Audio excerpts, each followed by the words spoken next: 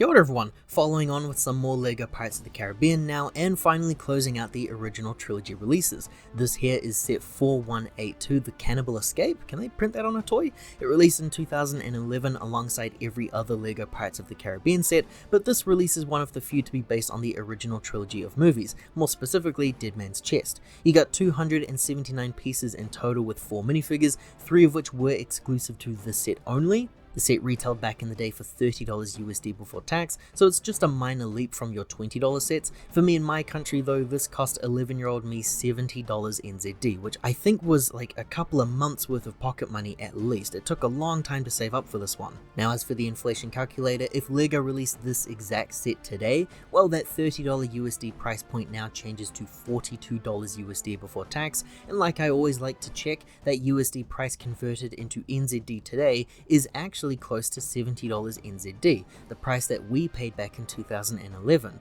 But taking a look at our 2011 price point adjusted for inflation would now price this set at around $96 NZD. That's insane. If I take a look at the sets available now, yeah, sets that are about $80 to $90 NZD, they usually have about 350 pieces minimum and more if the set isn't a minifig based license release. It's been very fascinating seeing the differences between sets back then to today. The aftermarket price though is pretty rough out there. The second-hand condition price is pretty close to the inflated price, $98 NZD, but sealed, currently listed for $265 NZD. The set overview here is a cannibal village as seen in the beginning of the second movie. We've got a small hut and a bone cage, a roasting spit, and a throne for Captain Jack Sparrow. But before delving in, let's take a quick look at the box art. The box here is the standard $70 type release we would occasionally see here in NZ, but now these appear to have been phased out completely because our $50 sets ended up becoming $60 as punishment. You can see there the old faded sticker right by Jack's head. And this scene here shows a nice island display for the builds. The back of the box there seems pretty minimal to me. There's no advertising of other releases or any warning descriptions anywhere like you see today. We have some images of the features there. This here shows us the opening cage and it shows us how to raise the cage for your display, and then this shows us how to best cook Jack once he is no longer viewed as a leader. And now back to the set. The builds here are split into 3 different builds, but oddly enough the split goes like this. You start with the minifigures and the roaster, then you build the throne and the cage, and then you build the small hut.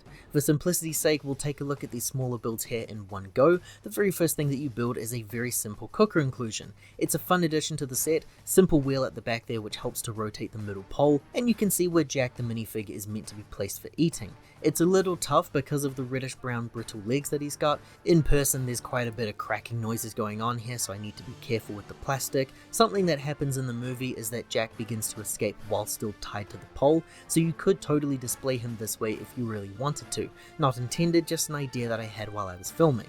As for the throne, this is a very simple but effective build. You've got some skull decorations at play there with a printed tile at the back for some tribal markings. Fabulous to see and such a rarity to have a printed piece in a one and done release like this. The chair is a recliner, that's pretty handy. It can be adjusted like so because of Jack's hairpiece. It does interfere with some of your display options on the occasion, but it makes for a pretty cool display piece overall. I used to have this separate and just had this on my desk when I was younger. That's how much I love this thing. And then as for the skull cage, this is crazy. This is such an iconic inclusion for the movie for me growing up. They made a toy playset build for this thing. There's an entire level in the LEGO video game dedicated to this section. Heck, you can also actually explore and play around with this thing at the Disneyland parks. This piece is annoyingly fragile though, but it's just sort of the way it has to be. You've got some bone elements there placed on skeleton arms which act as hinge pieces, the Ninjago skeleton parts too, which are really neatly designed there, so there's some great character to this build. I do think that my massive hands get the better of me when it comes to stuff like this. Now Will can be placed inside, there's enough room to either be thrown in there, or he can sit down or even stand. It's a very eye-catching part of the build. Which then leads us to the main hut. As this piece connects onto this one, you've got some plant life all over. First up though is the surviving bush piece, which has 2 out of 3 leaves still intact, but this one here is unfortunately down to its last piece. These are LEGO sets that survived the NZ earthquakes. The damage has been caused from falling off of my shelves. Thank God the brittle brown bricks curse wasn't in effect at that stage though, because otherwise I wouldn't have a built set here. We also have these massive cool plant parts there in green and in tan. The outdated parrot design there last seen in 2000 2013. The dead grass pieces are placed on some hinges there, so there's some minor adjustment options for your display. If I spin the set around, we can take a look at the minimal interior space. It's cool to have a window and a doorway that's been built into this thing. We first have a crate there with some swords for the minifigures, Jack and Will specifically, and then a small bag here which contains the spices from the East India Company, something that I didn't click on until I was building it right now. It's the paprika spice that Jack finds as he explores one of the huts. As for the roof, there's nothing really here besides that crank wheel which just controls the chain. If I attach the cage there, we can now see how it dangles. And turning the wheel there, it doesn't take too long until the cage winds up on the ground. I think you're supposed to hang this off of the edge or something, because they make you build the chain in two pieces connected together, so it's a very long connector. This is how far the chain can reach when you remove ground from the equation. Pretty cool stuff, and fitting in the movie too, because the cages are shown to be dangling in the chasm, so I think this works really well. Then to fix this back up, you just spin the wheel. It's a pretty nice little hut build for a cool scene overall. The minifigures are very simple and very cool, 4 of them being included here and 3 of them being exclusive. They all look pretty accurate to the scene as well, which is more than I can say about some of the other sets released for this theme. And we start off with Captain Jack Sparrow once more being featured in his blue waistcoat outfit. It's the same torso and legs as seen in prior releases, and releases that we've covered on this channel, but what makes him special here is that face print featuring the sacrificial face paint. The expressions I believe are the same ones that we usually see on Captain Jack Sparrow, except now he's got some tribal markings which make them unique. Still though, the figure is not as highly sought after in the aftermarket space as I assumed he might be. He's currently only valued between $9 to $15 NZD right now. I guess really if you're wanting to buy a Captain Jack Sparrow minifigure today, you're probably going to want a standard one. And this is Will Turner, who is the exact same minifigure as the one from the Mill set, which we have already covered on this channel. My only gripe with this figure was the placement in that set, since this is clearly supposed to be his island outfit as seen in this part of the movie. So now that we have an accurate setting, I can be mostly positive here. I really love this minifig. I've always been a sucker for sleeves on minifigs that are a different color to the torso, intentionally speaking of course. I think the shirt printing looks really great. There's no leg printing, which is really disappointing to see, but I also really like the satchel piece there that's been included with an open section intended for a sword. But of course, because he's a prisoner, he doesn't have a sword accessory. That's where those extras I covered earlier come into play, just in case you wanted a regular Will Turner who can leave the island display. His other expression appears to be a bit more hopeful and calm, and the value here has changed in the time it took between filming this set and the Mill set. He's now valued at $18 to $26 NZD. We see an increase here of about $1 for both prices.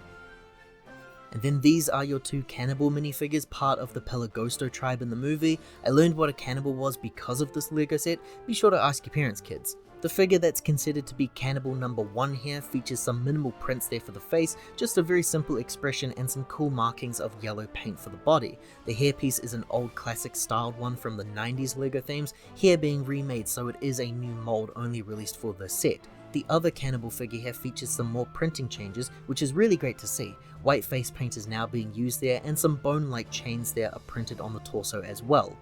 Really great differences between the two, which are evident once we have them side by side, and value-wise they're both worth practically the same actually, both around $11 NZD to $20 NZD in the aftermarket space right now. The instructions are just one simple booklet thankfully. The printing inside shows a map-like design that we've seen on every LEGO Pirates of the Caribbean set so far. At the back there we have the set all complete, followed by the inventory list, and then we have the poster roster here at the back too. Each LEGO Pirates of the Caribbean set released with a poster, so instead of showing us the wave here, we have these images to look at. All of these sets are pretty cool, and there will be a video covering each of these on the channel. Then we have the Alien Conquest advertisement, a very cool theme from my days of collecting, and then we close things out with an advertisement for the video game, Max from the LEGO Club, and the winning kid sees us off. Overall, it's a pretty expensive, pricey set, but it's a very cool one nonetheless. It's also a playset, and those who know me know that that is my desired release. I think it's cool to have picked such a unique scene from the series, and I can see quite a lot from the source material when I take a look at the set. I don't have real complaints other than it might have been one that I skipped if it released today, and I knew that we would be getting the giant wheel set just because of the prices comparing the two. It's been pretty eye-opening to me. If you enjoyed this look at an older LEGO Pirates of the Caribbean set, liking this video here and subscribing to the channel does help to support more videos like this one in the future. Thanks for watching everyone, ka kite anō, take care, see you all next time.